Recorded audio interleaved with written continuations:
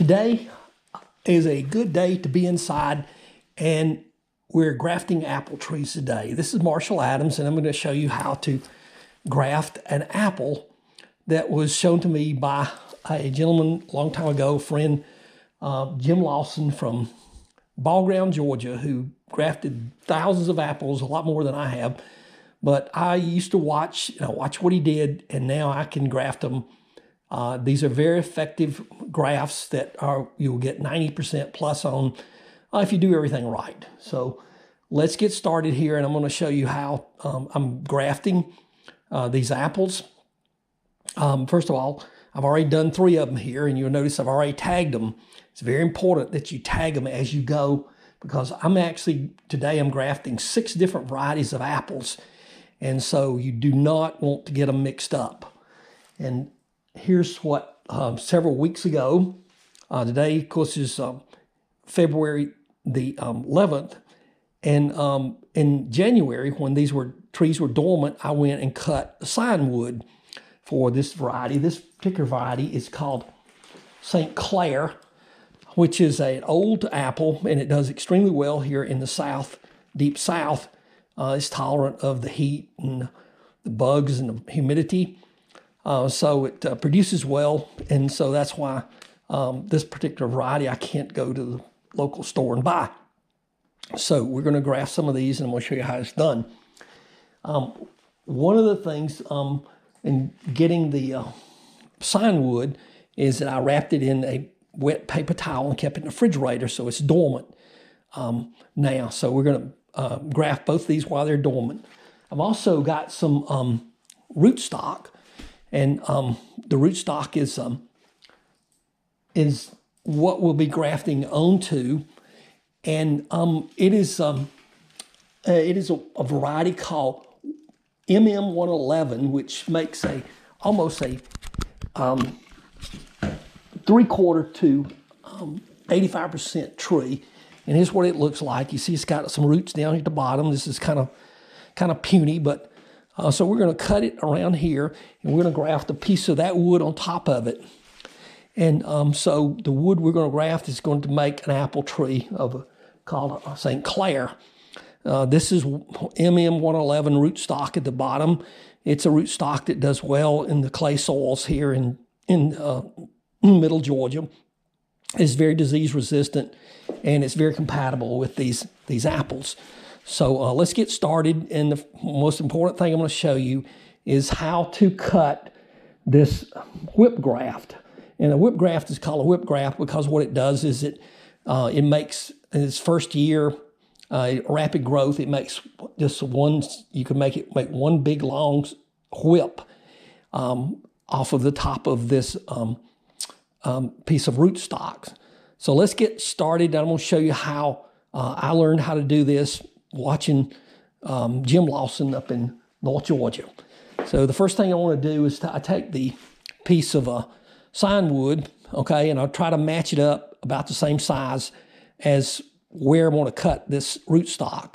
So we're going to take this piece off the top, and we want either 2 or 3 buds in it when we get from the sign wood. But let's cut it off about right here. And I usually like to use a knife. There's all kind of knives there, grafting knives, specialized knives. But what I found I really like is actually a knife. It's not really a grafting knife. It is a knife that's made by electricians to split wires with. And it's very relatively inexpensive. You can buy it at Home Depot or any other fast big box stores. But anyway, let's get started. So the first thing we're going to do is we're going to make a big cut on this, and this is our end results of what the cut we're going to do. As you can see this, this is it's like a V, and it's like a chip out of the middle of it, okay? So the first thing to do this is we're going to cut this at a very sharp angle, like this. And always try to cut away from yourself, and we're going to make the angle quite sharp. And then the second thing we will do is to go up past the center part right here. And we're going to cut in, and then we're going to go straight down. So we're going to take our, and we're going to kind of saw. And the reason we do this is because we don't want to cut ourselves. One of the problem people will cut themselves is they try to force everything. So we're going to cut down in, and then we're going to cut straight down to about right below where our previous cut started, okay? And this is how we're going to get this done, to get this, cut this chip out of this piece of wood. This is a very effective graft cut, and it holds the sign wood and the rootstock together quite well. Okay, so we've gotten all the way down to, we're not quite there yet, we're a little bit further.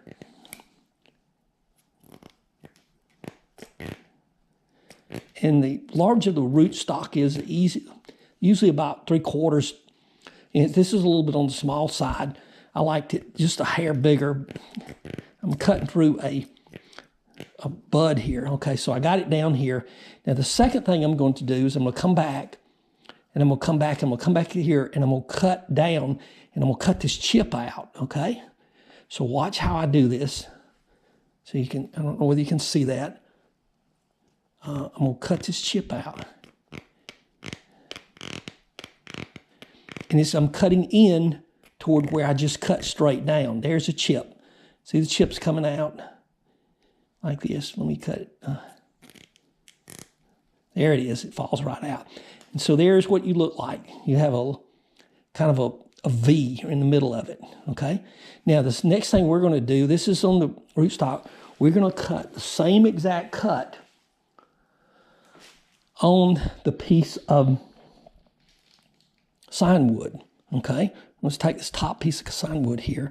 We're going to cut it right here, and we're going to cut that piece, the chip out, okay? So here's why we do it. We're going to go the same way, go back to a little bit past the center.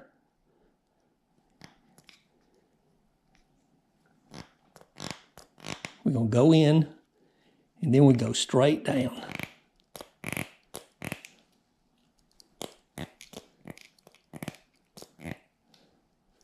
Straight down. Okay? And we're going to go back, and we're going to cut this chip out.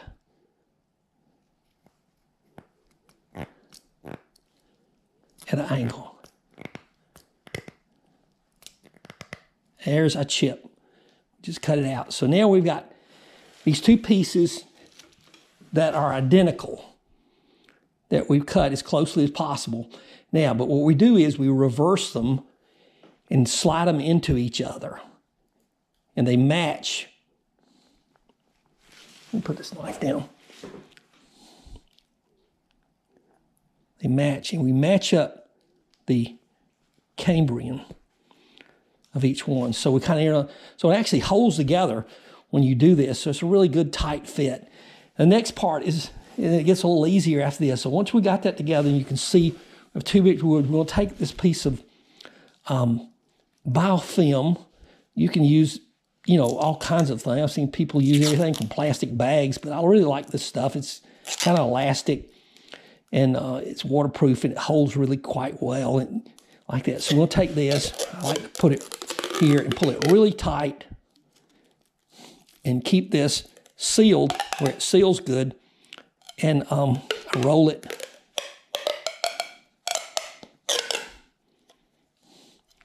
together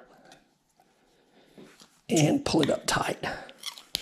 And this material will is kind of a elastic, and it will move as it tree and as it grows, and they will mend themselves together. Okay, and then what we'll do is we'll keep all the sprouts rubbed off from below. They're on the rootstock. We only want eventually one bud to grow out of the top like that, and that's where our whip will form.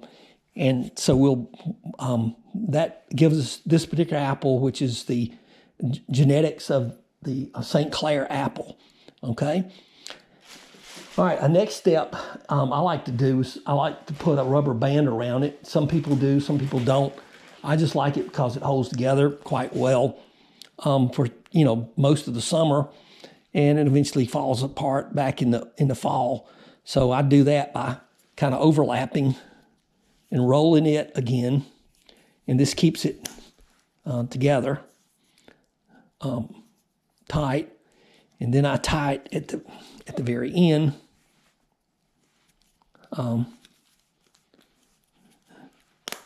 Oops. Let's see this tie again. Okay, I'll go around my fingers. Give me a. Oops.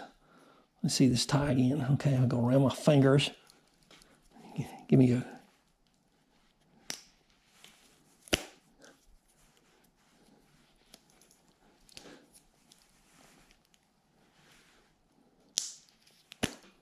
Well,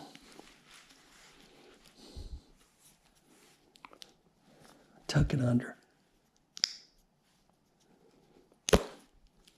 Let's go over the top this time. This is why a lot of people don't do this, because they're not good at it yet, but I'll.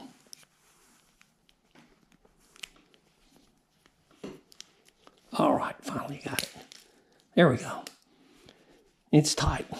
And I'm going to trim this off. And we're done. This is a piece of shell. I'm sorry, not shell, but St. Clair apple. So we're going to put it and keep its roots moist, put it back in our little bag right here, and we'll graft another one and cover the soil up on it. Okay? And we will put the tag on it that says St. Clair. I've already made up my tags, so if you're doing multiple apples,